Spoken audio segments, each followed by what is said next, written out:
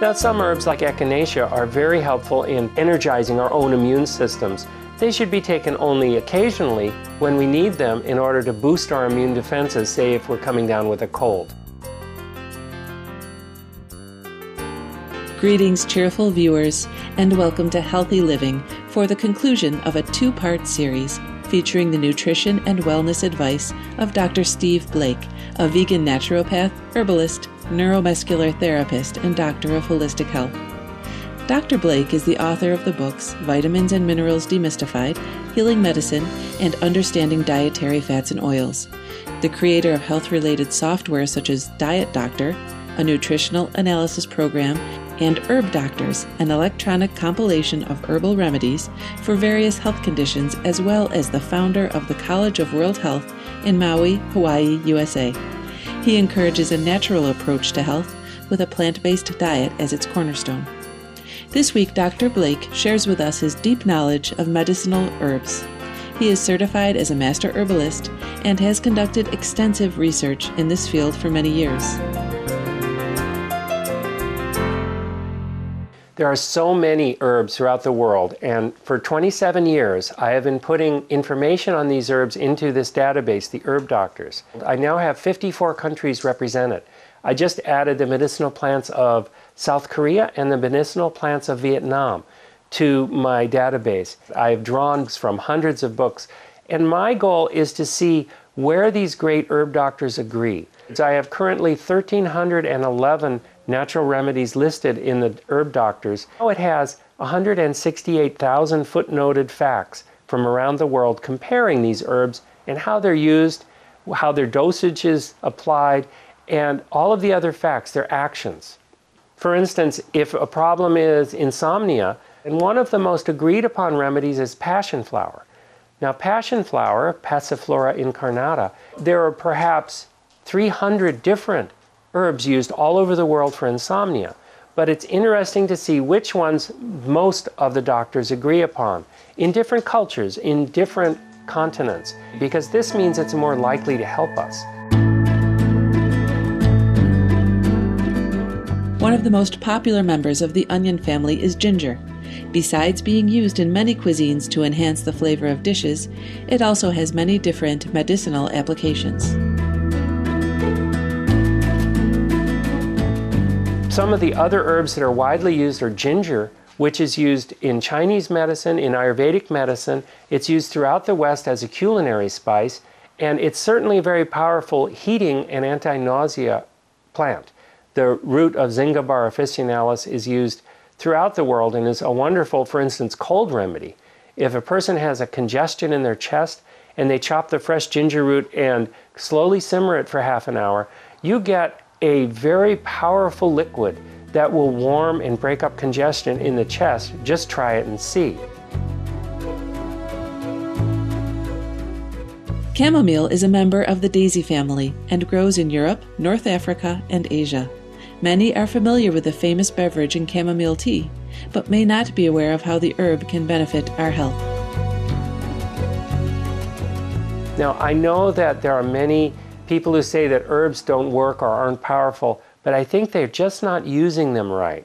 For instance, chamomile, yes, if you put one bag of very old chamomile tea into a cup of water, it's not going to have much effect. But if you take the fresh dried flowers and put a quarter cup of those flowers in a cup of boiling water and steep it for a few minutes, you get a very powerful tonic for the stomach that will relax your stomach and relax your nerves, and there's nothing magic about it. It's a very lovely, peaceful feeling that you get from drinking this tea. Using nature as our pharmacy is a concept that is unfamiliar to some. We asked Dr. Blake to explain the differences between using herbs and conventional medications for medical conditions. Well, one of the big differences between herbs and modern medicine is the cost. For instance, you can get a tranquilizing pill or a bottle of them, and this will cost you a certain amount of money. But that chamomile tea, if prepared properly, costs very little money at all. So that's one thing. Another thing is the side effects. The side effects of modern drugs are well known, well studied, and cause millions of deaths every year and more millions of terrible side effects. This may be necessary when the drugs are necessary and applied properly, but many of these side effects are not necessary. And many of the uses of modern drugs may not be needed, and herbs could substitute. For instance, in convalescence, many times a person has a long period of convalescence where herbal medicines will help them mend a little bit better than drugs will.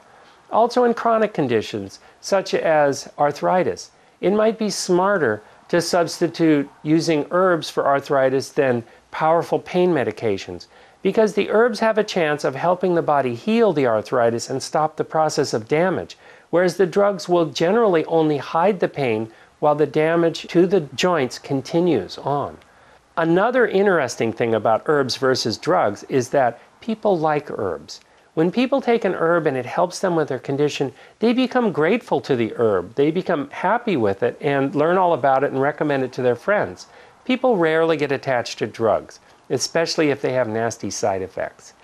Now, I know that our goal in the West usually is the pill effect.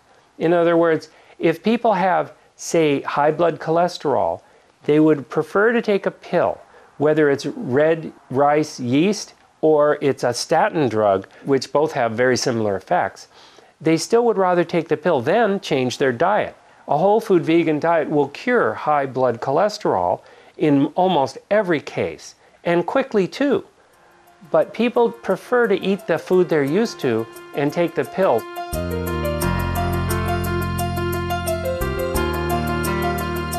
Statin drugs are used to lower cholesterol levels with the goal of lessening the chances of a heart attack.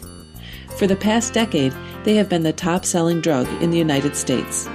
Dr. Blake believes that people should consider the downsides of these medicines and the alternatives available to reduce cholesterol levels. Well, recent evidence has shown that statin drugs, that they damage the muscles very severely in a small number of people. Well, they decided to take a look at everyone taking statins in a test, not just the people with the strong side effects, and look at their muscles to see if the muscles are being damaged in all of the people taking statins. Unfortunately, they did find that that is true, that there is some muscle damage from statin drugs in just about all people. Remember, people who are taking statins generally are 50, 60, 70 years old, and falling is a major issue at these ages, especially with the prevalence of osteoporosis. So that if a person gets a weak muscle and falls, they could break their hip, and that could be very much the end of their life, or at least the end of a pleasant life where they can get around. So this is to be avoided, and statin drugs only need to be taken by people who refuse to change their diets. If people are willing to change their diet and exercise, then statin drugs are needed in only a very, very small number of cases. And I would encourage people to take this advice, and rather than take the statins, go ahead and change their lifestyle. Now, statins interrupt the ability of our bodies to create cholesterol. Most of our cholesterol is made inside our bodies, not taken from food.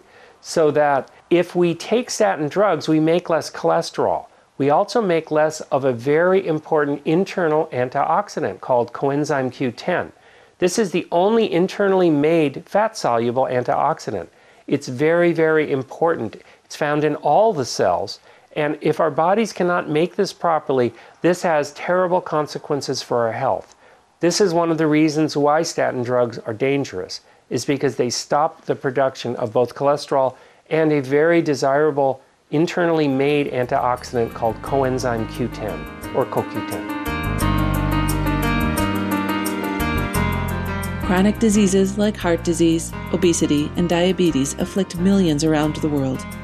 On the whole, Dr. Blake feels that herbs are not necessarily the answer to these types of conditions.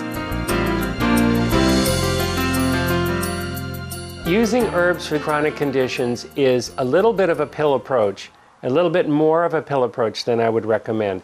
All of these conditions, especially something like diabetes, it's proven that by changing the diet and getting more exercise, type 2 diabetes can be reversed in most cases. So also, high cholesterol and the danger of heart disease can be reversed by lifestyle changes. The lifestyle changes generally is to eat a whole vegan diet. If this is done, then herbs may not be necessary. I look at herbs as a small balancing force where lifestyle cannot make all of the changes needed, or as a temporary help in helping people with disease problems until their lifestyle changes can catch up with them and make them vibrantly healthy and alive, activating their own immune system so they can do it. Here are some final thoughts from Dr. Blake on health and healing. The best way to boost your health and to fight disease is to change your lifestyle so that we get more exercise, we eat better, cleaner, more whole, more raw foods, and that is really the path to health. And drugs rarely are healing medicine.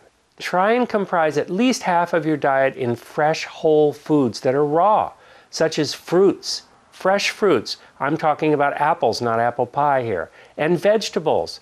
Some raw, some cooked, but as much raw as possible so that you get the vital nutrients that you need and that energy and vitality and young good looks that we all strive for.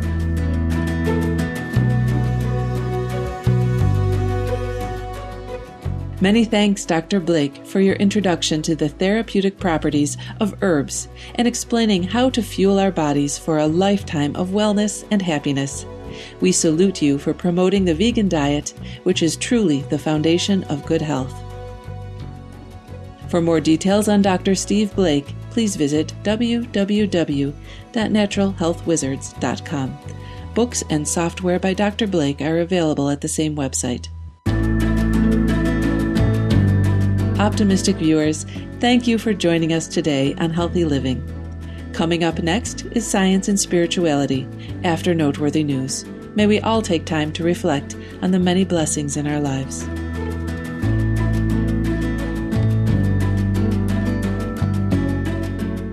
For more details, please visit www.suprememastertv.com/HL.